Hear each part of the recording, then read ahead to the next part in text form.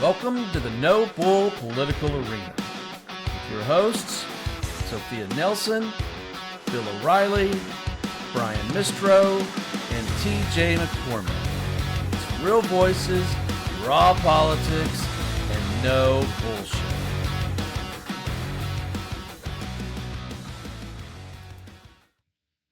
Well, hello, everybody. It's Brian Mistro. How are you? Thank you for joining the Political Arena.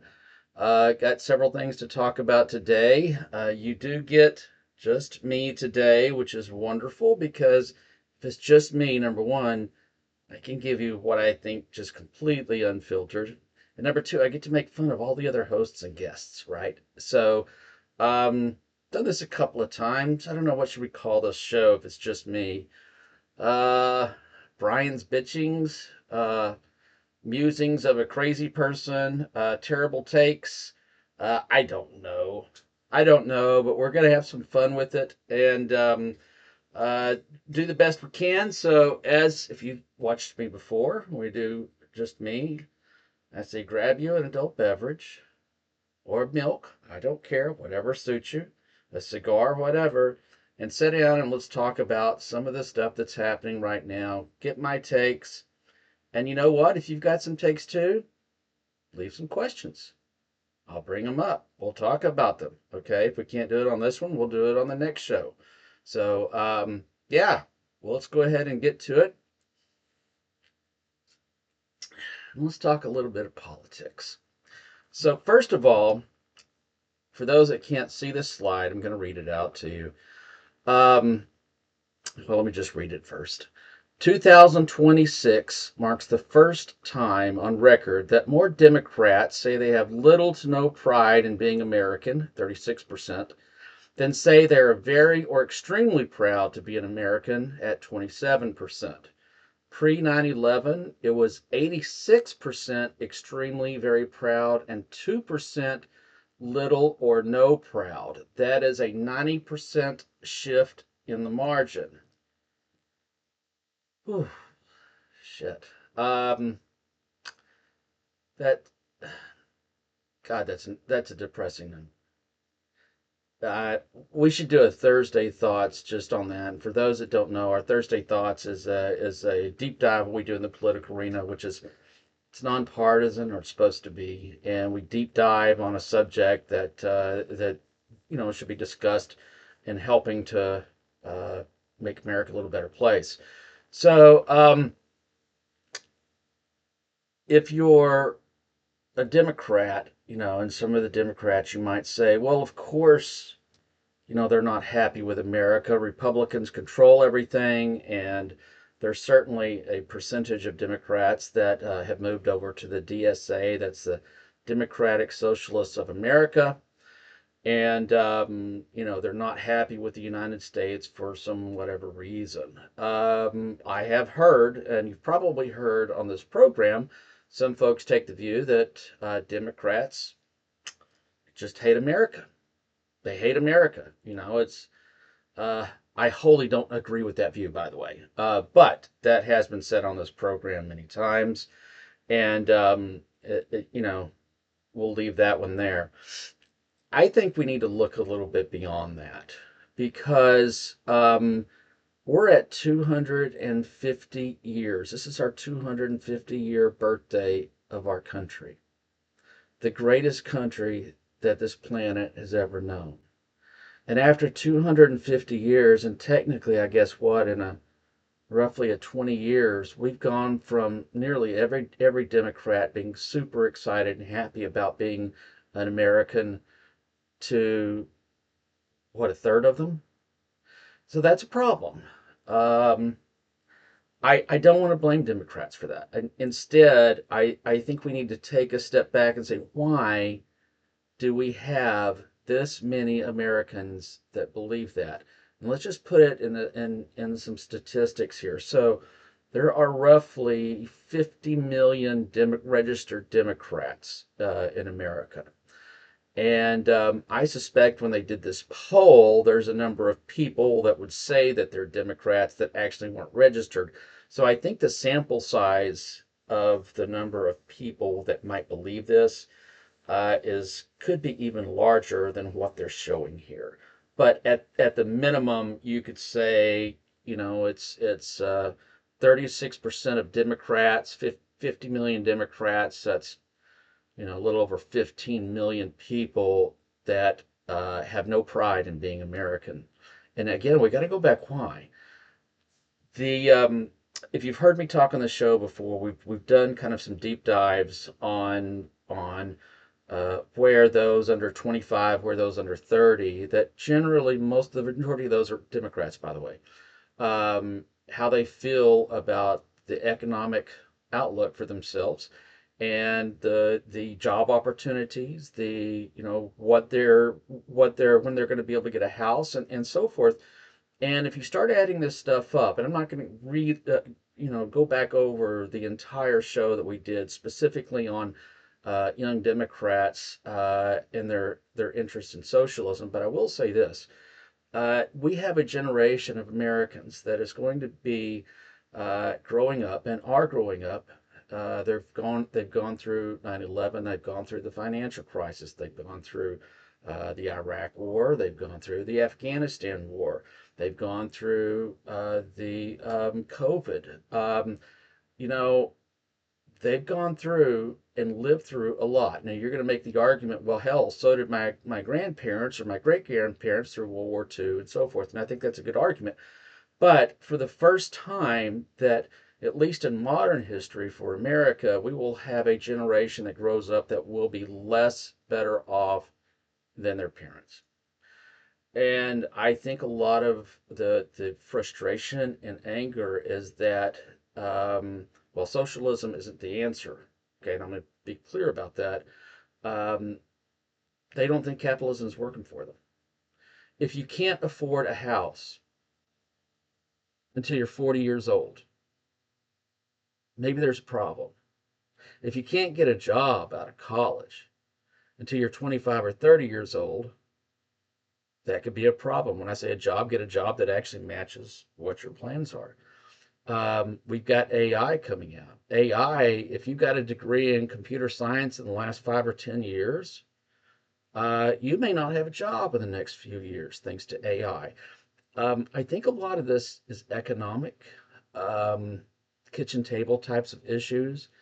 I don't think it's completely structural, but it's something that we're going to have to address, Americans, because you can't have that many millions of Americans that unhappy and have a successful and productive and wonderful society and country like we actually do have.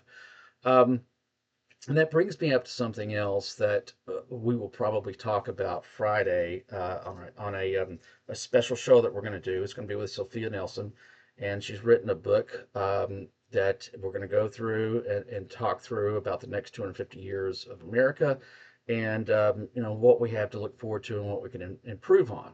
But that said, if you are a founder, one of the founders of our country, and you're looking down at America right now, are you proud of it? Are you thankful and believe you did the right thing?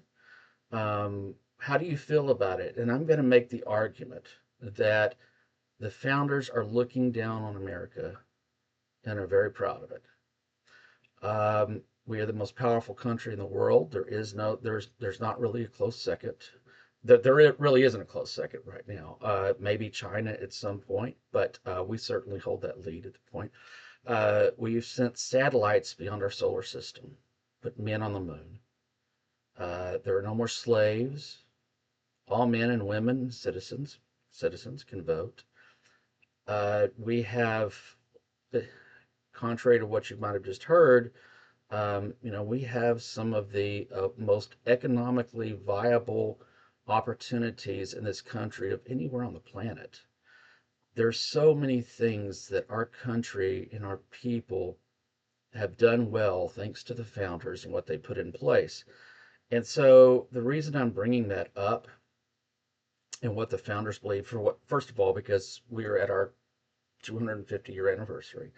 But the second reason I'm bringing it up is because um, there is the ability to take the people that are that unhappy and help them and create the avenues for them to help make this country a little bit better.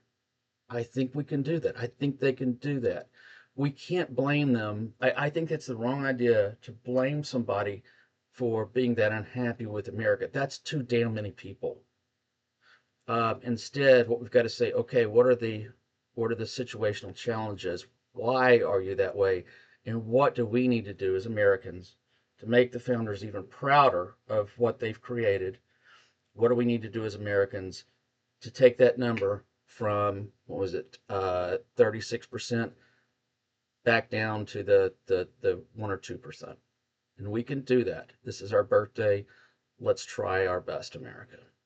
So that said, I'm going to move on to something else. And you're going to say, Brian, why do you keep talking about the Iran war? Well, you're probably going to hear about me from it every single day. I'm not going to talk about it too long today. I just want to give an update. And and the reason I keep talking about this damned war is because it's going to affect every single person that's listening to this, and it's going to affect every single person that's not listening to this. So let me just quote what's happening right now. Iran and U.S. allied Oman are moving forward with plans to collect payments for ships transiting the Strait of Hormuz. The payments would not be labeled a toll, but modeled off the Singapore voluntary contributions for safe navigation. Bullshit. It's a toll. You can put whatever safe navigation. What do they call it? It was voluntary contributions for safe, safe navigation. That means if you don't voluntarily give us your money, we're going to shoot some missiles or send some drones after you and blow up your ship. So is it voluntary? I guess so. Is your life voluntary? I guess so too, because who the hell is going to not pay that damn toll? And nobody. Listen, I I get so animated with this stuff. So when we bombed, and if you watch this show at all, you know how I feel about this. When we went in and bombed the ever loving crap out of their nuclear facilities, I was 100% for that. If you don't believe me, go back and look at the shows. I've said it repeatedly since then. It was the right move. I will continue to say, if they try to dig it up, bomb them again. I don't care if it's some guy on a camel that rides out there to where their place was and grabs a damn shovel and starts trying to dig it up by himself. Bomb him again. Don't Them having a nuclear weapon is a nightmare scenario for this planet. They are the leading finances of terror. And they have literally said they want to wipe Israel off the map. And by the way, folks, although they won't tell you, I absolutely guarantee you Israel has nuclear weapons too. And so, how does that work out for you? Listen, while I was for us bombing their nuclear facilities, I was very much against the Iran war. Now you're going to say, why would you do that, Brian? I said, because of who was running it. Donald Trump fucks up everything he touches, without exception. If he gets involved in it at all, he fucks it up. His idea of strategic thinking is the time between a golf swing or him typing a tweet. You can't do shit like that. And so now that he's invaded it, okay, I have taken a different opinion, not of whether or not we should have gone in, but of what we're going to have to do now. Folks, you just can't reason with those damn people. They don't care if their people starve. They don't care if they die of thirst. They don't care how many they've got to kill, how many they put in prison. They don't care about the people. They care about themselves and their ruling theocracy. And they don't care, for many of them, they don't care if they die because they believe if they die, they're going to get, whatever it is, 13 virgins or whatever the hell it is. I don't know. I don't understand the religion at all. But let me just tell you something. Now that Donald Trump has fucked it up, colossal fuck up, and he stepped his foot it's like he stepped his foot in the paint bucket, and he kicked the motherfucker off his foot, and he's clogging around, and he's spraying paint everywhere. So now what Donald Trump is trying to do is he's realized how badly he screwed it up that he could very well send the entire planet into a depression, which we may still, by the way. So he's trying to do anything he can. He will give them anything he can to get the hell out of there. And I got to tell you, you can't do that. In my firm opinion, you cannot do that. He's bought it.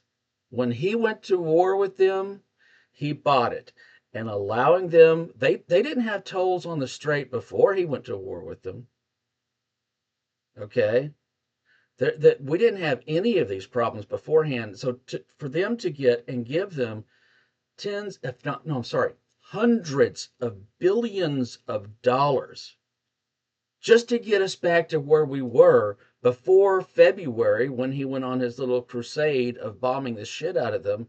No, that's not going to work. And they've already said that the world as it was before February is never going to go back for Iran. You've got no options, in my very strong opinion, but for full out war, a full out invasion, and it's going to be bloody and it's going to get a lot of people killed. And F you, Donald Trump, because you really gave the world no other options. I would hope that he could get a lot of other countries involved in it, because it's not just us. It's not just us that would be hurt. It's not just Israel. The countries around the Middle East that are now trying to cut deals, by the way. They're trying to cut deals around the United States directly with Iran, because that's how scared they are from them. But the European countries will be heavily, heavily hurt. China will be nailed. They take the majority of the oil from Iran. Um, you know, if we could build a coalition of countries that could come together and say, we will not allow this, and with the viable threat of a full-on invasion that really would wipe out their entire ruling class and theocracy, I think you really could get them to the discussion table. And if they don't, then you just have to follow through with war, because the other option is Iran doing what it's doing right now and threatening this planet as it's been doing uh, perpetually. And if you didn't watch our show yesterday, the IRGC, that is kind of the military class in Iran, just released a statement that said from this point on, Iran has no choice but to develop a nuclear weapon. That way, no country can ever take the military option with us. Is that an Iran you want running around? And for all those people that have died and that are hurt, and for the kids like my kids and my sons that would end up getting drafted in that fucking war, let me just tell you, Donald Trump, fuck you. Because you screwed this thing up, and a lot of people have died. And when you do what you should do, a whole lot more people are going to die. It will be terrible. It will be worse than Iraq and Afghanistan. But I don't see where we have a choice. You disagree with me? Let me know why. Let me now finish on one little thing before everybody thinks we're about to go nuclear on Iran, because I followed Donald Trump since 2015. So let me just tell you what's going to happen. He's going to make a deal with Iran. It's a little pinky promise, a little wink, wink. And it's going to be worse than the JCPOA. They're going to get tens, if not hundreds of billions more than the JCPOA. And he's going to lie about how great a deal it was that he put together, and all the way to 2028, and leave it for the next administration, which will almost certainly be a Democratic administration. And that's what Donald Trump does, and is going to do, because that's what he always does. He fucks it up. So let's see what happens. But this is not a great time in the planet right now. This is some really serious, scary shit. And by the way, if you haven't already, keep a really close eye on the strategic petroleum reserves, because just because the Strait of Hormuz is a little bit open doesn't mean they're not still tapping the SPRs right now. And even having those ships in the middle of the ocean doesn't mean they're automatically making gasoline in the middle of the ocean. It doesn't work that way. It's going to take a long time for us to get back to just where we were back in February. Forget having to fill back up the SPRs, the worldwide SPRs, by the way, Strategic Petroleum Reserves.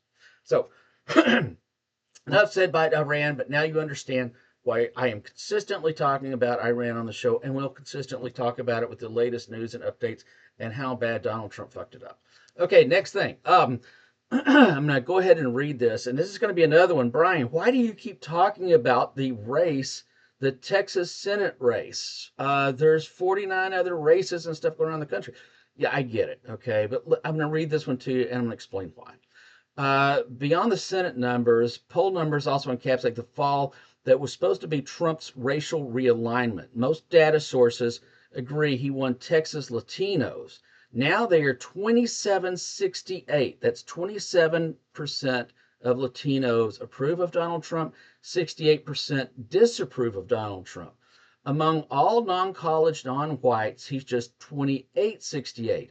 With new voters, he's 22-64 in Texas. In Texas. So, for those that can't see the chart, let me just explain to you a little bit about what's happening in Texas and why this is so important.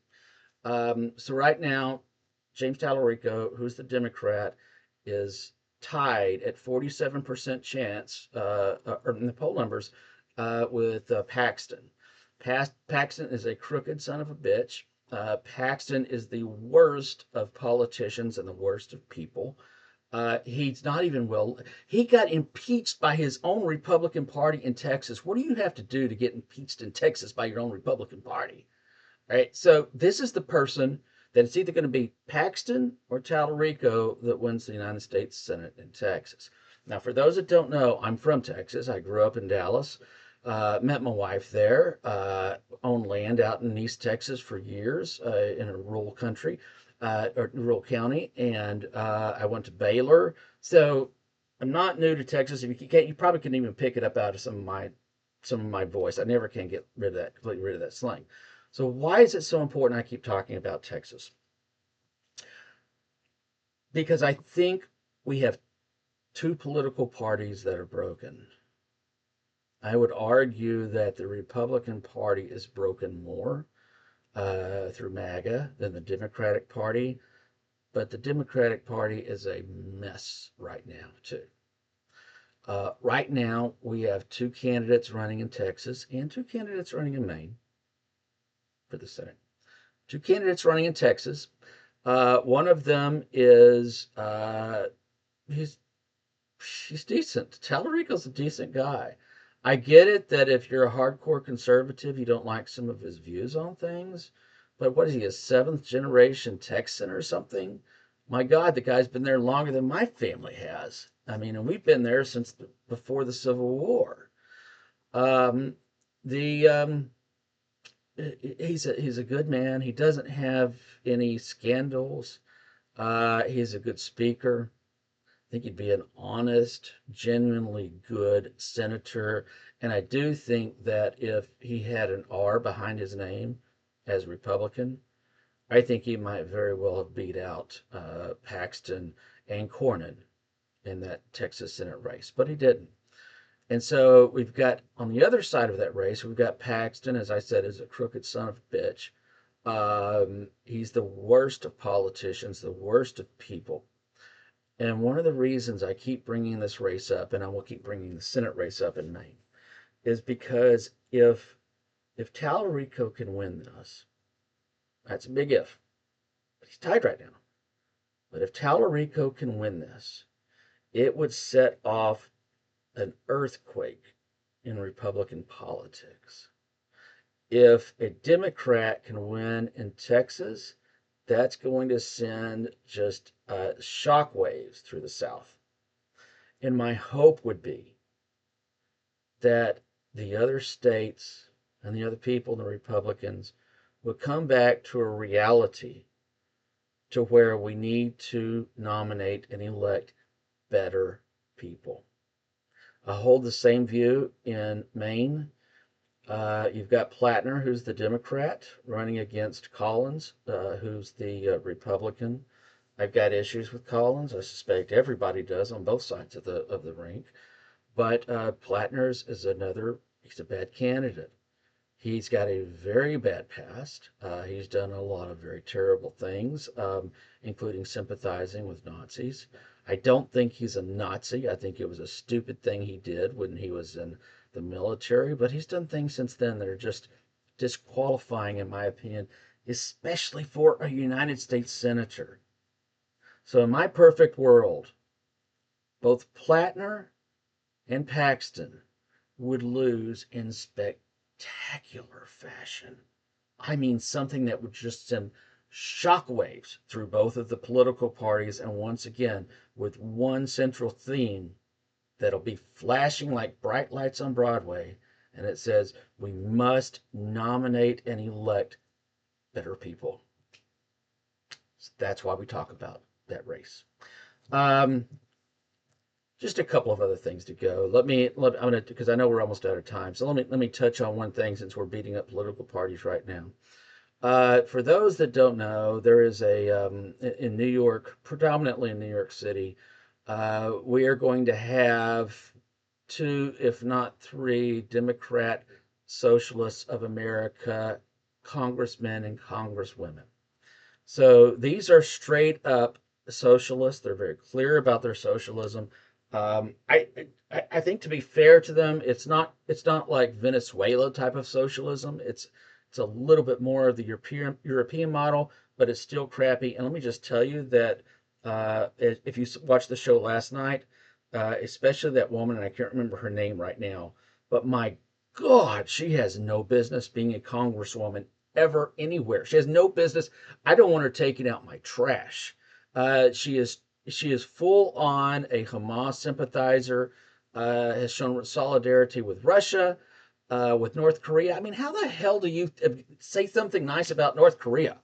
Anyways, so she's been putting off, and they're trying to put on some airs that, hey, what we're doing right now is for the working class America that need socialism to get them out of, the terrible whatever that they're dealing with. Well, as Joe Scarborough just pointed out, and Joe runs Morning Joe on MS Now, he said only 4% of DSA members are blue collar workers. Most are well off white progressives. A working class hero is something to be. In other words, those DSA folks are full of shit. Uh, they are people that are so out of grips with reality because they've never had to deal with reality. Most of them have come out of, especially that woman I was talking about, have come out of uh, uh, universities and been far, far left, indoctrinated in some of the universities. And God help us if we elect more people like that. So I'll always be fair with you, friends. If you watch this, I'll give you my straight up thoughts. The MAGA side of the Republican Party, there is a fascism side to that. I'm not just making it up. There is a fascism push to that. The Democratic Party, in the almost like the pendulum swings the other way, is now having to deal with its own form of fascism, which isn't really fascism. I'll call it pure on socialism. It's not communism, but it's full on socialism, and it's things that just don't work, and it's just repulsive to 99% of the rest of the country. So those candidates that just won their primary in New York City, unfortunately, are going to win their general election. That's a conversation for another day when we talk about why our political system needs a whole lot of cleanup. But that being made, let's hope it stays within just New York City. And let's hope we can make some of the people that are the worst of people running for office, let's hope to hell they can lose really, really badly. So that's your Brian's takes for the day. If you have an idea of what we should call the show and it's just me, yeah, leave me a little statement in there, or a little post. I may read them out on the air and kind of laugh about them a little bit. Like I think terrible takes is probably going to be one of them, or I'll get some comments, I'm sure, from some people. That's going to be pretty terrible. It'll be funny. Thank you, folks, for joining us tonight. If you haven't already, please subscribe to the No Bull Media Group. If you're watching this right now, you're watching it on YouTube. We will soon be broadcasting, I think it's going to be next week, to all major social media platforms. But please, if you see this, subscribe, press like, leave a question. I'm straight up with you. If you leave something, and unless it's you're just being an asshole, I'll read it out on the air. We'll talk about it. We'll have some fun with it and bounce it around. So thank you again for joining us tonight. This is Brian Mistro from the SS Minnow. And by the way, if you're too young, you don't know what the USSS Minnow is, then go ask your parents or your grandparents. Anyways, thank you for joining us tonight. It was a lot of fun. It's a little laughs, and we'll see you again tomorrow. The No Bull Political Arena is on all major social media platforms. Make sure to give us and your host a follow. Hey everybody, this is Sophia Nelson. Follow me at I am Sophia Nelson on every one of my social media platforms. I'm Bill O'Reilly, and you can reach me at Twitter at WFBOR. Hey, this is TJ. Follow me on X or Twitter at TJ McCormack. This is Brian Mistro, and you can follow me on X at Brian_Mistro or follow along on Facebook at Brian.Mistro. A No Bull Media Group member.